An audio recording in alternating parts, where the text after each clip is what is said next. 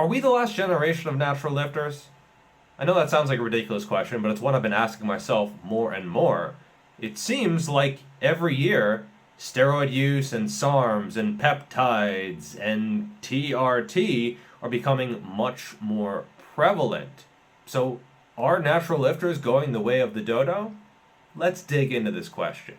So I've been meaning to talk about this topic for a while. It's been on my mind, but Mr. Mike gave me a great opportunity. This is the era of enhancement, you guys. The era of humanity doing as well as it could with its own biology was amazing. And it's about to be over because what we can do with advanced pharmaceuticals on top of that is just going to get more people into shape. He did a whole video on a new, quote unquote new, you'll see, drug called Azelprag. I don't know why all these drugs have wild names. It sounds like a dragon in Dungeons and Dragons, right? Like the party gathered and ventured forth to slay the mighty Azelprag. Unfortunately, a lot of them got liver damage in the process. You'll see why. So basically, this drug promises to build muscle effortlessly to help you lose fat and just improve your body composition without ever doing anything crazy like touching a weight. Although if you do choose to, for some reason, go down that road, it'll actually help on top of that. Unfortunately, it was discontinued late last year, yes, last year, because some participants were showing liver issues, about 5% of participants. But this was serious enough for them to stop the trial immediately. And the company that is making it, they lost 75% of their value upon this news. So this is a big deal. It wasn't like, oh, just a small thing. What? Just some pesky liver enzymes, as Mike implies. No, it was serious. But I guess when you take that many steroids and growth hormone and insulin for that many years, your liver is showing signs of distress. It's really not that big a deal. These participants really need to man the fuck up and ignore these liver. Who cares about that?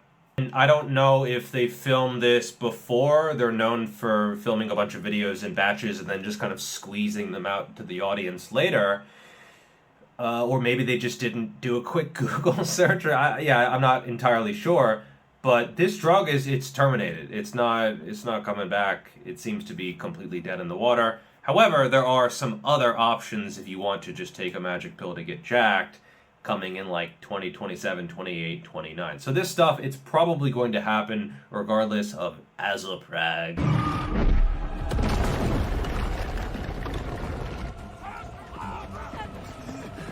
If it is going to be used or not.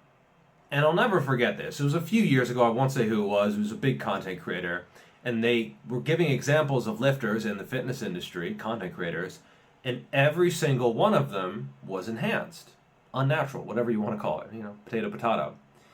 And I asked them about it, and they said they couldn't find any natural lifter who was big enough of a name to get clicks and views. Every single one was enhanced. And it does seem like most of the biggest channels, especially on the more visual platforms, TikTok, Instagram, are saucy. And it does seem like TRT or sports TRT, fitness industry TRT, are becoming a lot more common, a lot more popular, and some people are open about this, and I applaud those who are. I think it's important to be transparent.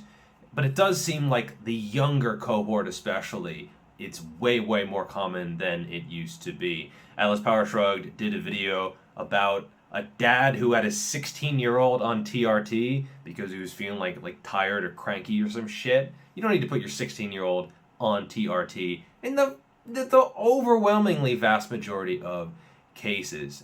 I started getting TRT ads like right past 30. I'm 36 now. And it's becoming younger and younger. I saw a Natty or Not video a few weeks ago where they said oh, look at these guys. They're out here looking like this at 35 years old. And I was thinking 35 years old. I used to hear oh yeah, 50. That's when you need to start thinking about TRT or hormone replacement. And then it was 45 and 40. And now it's 30 to 35. Do you not feel as good as you used to? Are you having trouble getting your D hard? All these things, if you're past the age of 30, things are going downhill year by year. On average, yeah, but they don't need to. They don't have to. That's not destiny. That's not preordained. And it does seem very, very easy to get. You look at Alex Eubank. He just went in and was like, hey, I have a headache or some shit. He's like, hey, here's some drugs. The day of, right away. Boom.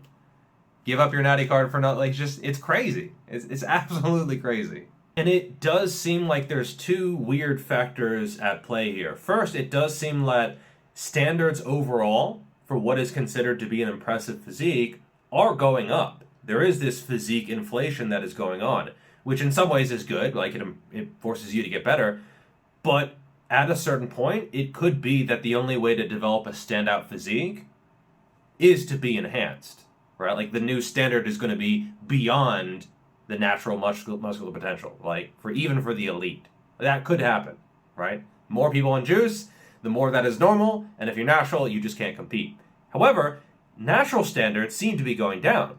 If you see any natural lifter who's a top guy or even somewhat impressive, if their post pops off, and I've experienced this myself, if your post pops off, you start getting like, oh, but what about the juice? What about the trend? You start seeing syringe emojis. So in the mainstream, natural standards are low, but to go viral, you have to be really, really high. So there's basically just no way to win in some ways as a natural lifter.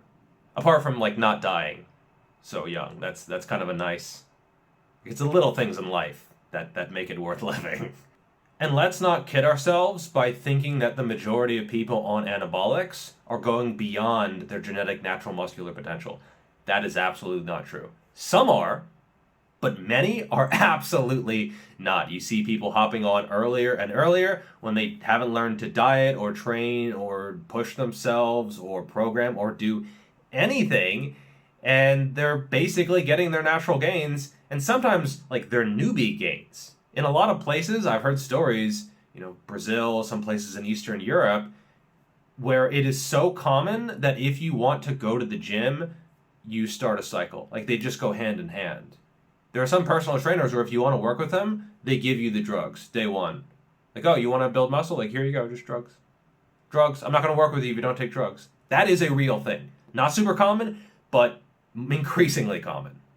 By the way, this video is sponsored by me. So we launched the GVS Hypertrophy app. So it gives you a customized, personalized, individualized program, and then it keeps you progressing over time. So just like I would in my normal coaching, it gives you something tailored to you specifically, and then it also adjusts things over time, but at a tiny fraction of the price. Feedback has been really, really good.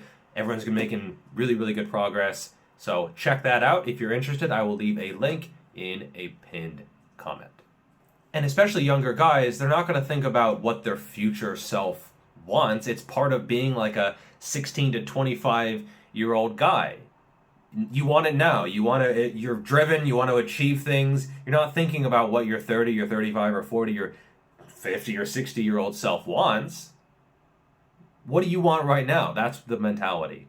And if someone is very, very serious about things, they show a lot of potential, they've been lifting for many, many years, they really know their shit, and they decide to hop on, fair play. I know tons of people in the fitness industry who have done that. You're not going to hear a word from me, shaming them or anything like that. But if someone hops on in the first year or two and they're blasting their face off and you would never know it by looking at their physique, I do think that deserves a little bit of shaming, because they are doing something which is stupid and actively bad for them right now, and especially in the future. So yeah, stupidity should be shamed. And I know that Mike really likes Big Pharma. I don't know if they're paying him directly or it's just like a weird passion project of his, but he really likes the idea of human augmentation and like futurism, changing yourself through chemistry and science. And I get that. That's fine. It's certainly not my cup of tea at all. I'm kind of the worst nightmare of Big Pharma. I haven't taken a pill and I haven't had a headache in years. For him, like it's the way to go. For me, I always look about, okay, what are the fundamentals? Put in the work. But for some people, they don't like putting in the work. And so they want to find some way around that. It's not a way on top of it. It's a way around for most people. And do we even like lifting, or is it just some nuisance that you have to do in order to get some end result? I know a lot of people, they do have that mentality, which is why they gravitate towards the chemical side of things. But that's not going to help you be sustainable in the process if you never learn to love the process because you just get it instantly or very quickly. There's nothing wrong with slow gains, and in fact, I would prefer slower, more sustainable gains rather than gaining like 20 or 30 pounds of muscle in a year. And being jacked loses a lot of meaning if someone just took a pill to do it. They didn't have to get over those plateaus. They didn't have to learn anything during the process. The minute they plateaued, they just upped the dose. And that happens consistently. You really do see people, especially if they hopped on early, they don't know what they're doing. They don't know what the fuck they're doing. Because they never had to learn. And the iron game is a lot like other games. Let's say you meet someone in a game and they have a bunch of really rare items that you could only get from playing the highest level, the most difficult content. You would expect them to be really good at the game. Unless they're Elon Musk or something, right? But what if they were terrible and they had all these amazing items? You'd be like, what's going on? Did you just pay for these? Did you dupe them? What's going on? It doesn't really make any sense. And it's the same thing with anabolic steroids in a lot of cases. And if you had to actually grind for the gains, you appreciate them so much more. It's the ones who skipped right to the end, who were totally results focused, who they don't even like the game. Doesn't mean anything to them. Because they didn't actually have to put in the work and enjoy the process because they never actually learned how to do that. They just wanted those quick results. And a lot of the fitness industry, it's people who duped items trying to convince new players to pay them to teach them how to play the game, even if they themselves never learned. Crazy. And this is not the first time that Mike has put out this kind of content. He's done videos where, hey, if you're thinking about getting into anabolics, to his audience of mostly beginners, this is how you would do it. This is what you would take. Now, he didn't have like links in the bio, but you don't really need to tell your audience of beginners which drugs that they should be taking on their first cycle. Okay, they don't even need to think about that. And I actually almost think that back in like the 1980s, 1990s, where it wasn't really talked about, maybe that was better in a lot of ways. We're into the era of transparency, but combined with the lowering natural standards and people wanting their physique right away, a lot of people are hopping on way before it actually makes sense. And if you think about it, the natural lifting journey, it's actually pretty fucking sweet. If I talk to people who are like 50, 60, and they've been doing it for a really long time, gains, they're fast in the beginning and then they slow down. You have to tinker and plan and change things and experiment a little bit, and then they slow down even more. But like, you can keep making gains for a really long time, and then also maintaining it, sustaining it, really not that difficult. And then the fall off, it's very slow and very slight, and some of the best natural bodybuilders in the world, they're in their 50s, even in their 60s, you can still look fantastic. Whereas if you go enhanced day one, I mean, where do you go from there? I mean, yeah, there are some guys it worked out really well. You look at Arnold, C-Bum, Jay Cutler. Yeah, it worked out for them. But you also don't see the ones where things didn't go so well, right? It is more common when someone's like, show me the bodies from steroids. Like, how many bodies do you need, bro? And either the fall off is much, much faster and steeper on the back end. Like, the rise, I'm sure, is great. But the fall, people don't really think about that. And I would bet if you look at the guys where they're taking SARMs and steroids at like 16, 17, 18, how many are even lifting in 5 years, and 10 years, and 20 years? Probably not that many of them. Because how much allure is natural training going to be after you've experienced, all the amazing pumps and, I'm crushing it, and I'm putting 30 pounds per month on my bench, that kind of stuff. Like, how do you deal with the much slower progression and the idea that you might not ever get back to where you were, and probably won't in a lot of cases? How do you deal with that mentally? A lot of people just can't, and so they quit. That being said, no matter how much Mike would like to think this, the body is not technology. It does not become obsolete, okay? You look at a picture of Steve Reeves from almost 100 years ago, he still looks fantastic. And most people would prefer that physique to the people on all of the pharma. And so it's not like, oh, no one uses a BlackBerry anymore. No one uses a rotary phone, like technology from 20, 30, 40 years ago. It's just completely obsolete. That's not how things work. And steroids don't give you a better physique. They give you a bigger physique. I think Dorian was right when he's talking about a bigger bag of shit. Because a bag of shit that gets bigger is just a bigger bag of shit. Still a bag of shit. You know what I mean, mate? Also, Shane from Bony to Beastly had a really good video out recently talking about how most men, they don't want to look like a steroid, roided out, enhanced bodybuilder. And certainly most women, they're not attracted to that. Some are, but the vast majority are absolutely not. And most men overestimate how much muscle women want. I mean, if you want to do well with women, this is all the lean body mass you need. Right, Chocho? Look how cute he is. Like, if I'm walking him around, game over.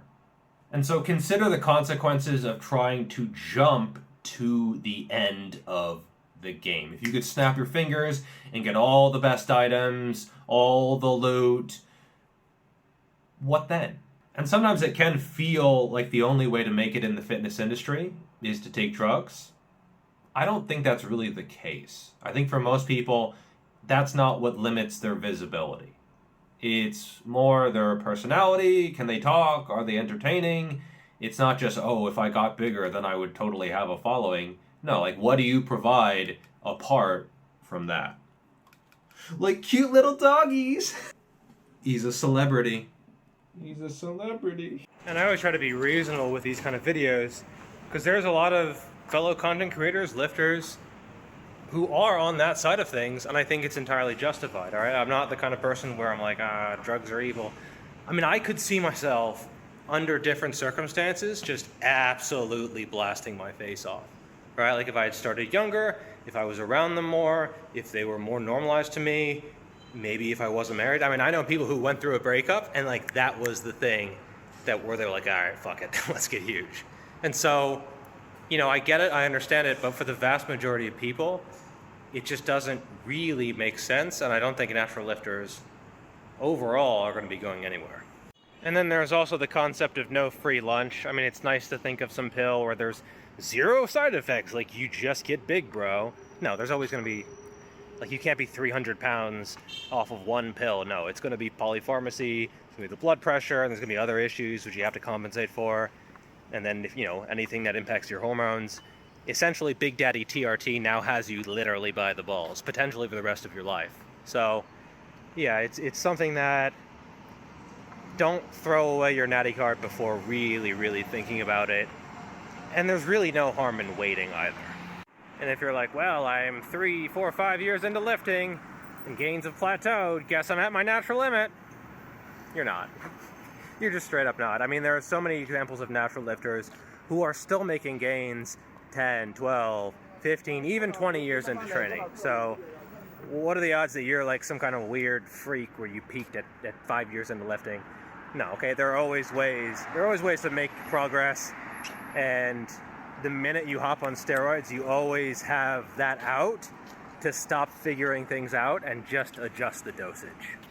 And the same goes for any other drug, whether it's Azelprag or whatever the fuck this drug was called, or Balrogazog, or they all have such weird names. But yeah, you're always going to have that out of like, what if I take another drug? What if I combine it with this? What if I take more? It's just not a good road for most people. And I've gotten a few questions about peptides, and this is where if something has only upside and no downside, right? Like if you take this thing and it helps you heal quicker, for me, the only reason why I wouldn't take it is because it's banned in competition and I might compete. But the argument of like, oh, it's impacting your health, it's impacting your longevity. If it doesn't actually do that and it actually helps you train, which is good for your health, it's actually healthy, right? And so just keep in mind a lot of this stuff doesn't really have a ton of research behind it. Some it does, some doesn't. And then it's also entirely unregulated, so you don't know what you're really getting. But yeah, the main reason I wouldn't take it because I might compete, and if it's banned in competition, I don't want to take something and then like, oh, I have to sit out longer than I would want. So that's my personal reason. But if you're not competing, just be careful. And there are definitely some people who are a little bit silly in their arguments, and I think they're just kind of talking themselves into drug use or maybe justifying their own use, where if you use machines at the gym, well, that's not natural. Like creatine, that's not natural. Oh, cavemen would have had access to that. Basically, if you use any kind of technology, a belt, good lighting in the gym, well, it's the same as being on anabolic steroids, right? So I don't think we are the last generation of natural lifters, but a lot of this is cultural. How acceptable are steroids? Will they become legal in the future? Oh, there's these pills you can just take. And so do people think lifting is actually worth it? Is lifting something people are actually going to be enjoying or not? There's a lot of factors that go into this. Personally, I don't have any interest in these types of things because for me, lifting is a lot more valuable than just the results. Anyway, that's just what I think. Let me know what your opinion is in the comments down below. Check out the app. I will leave a link in a pinned comment. Thank you so much for watching, and I will see you in the next video. Peace.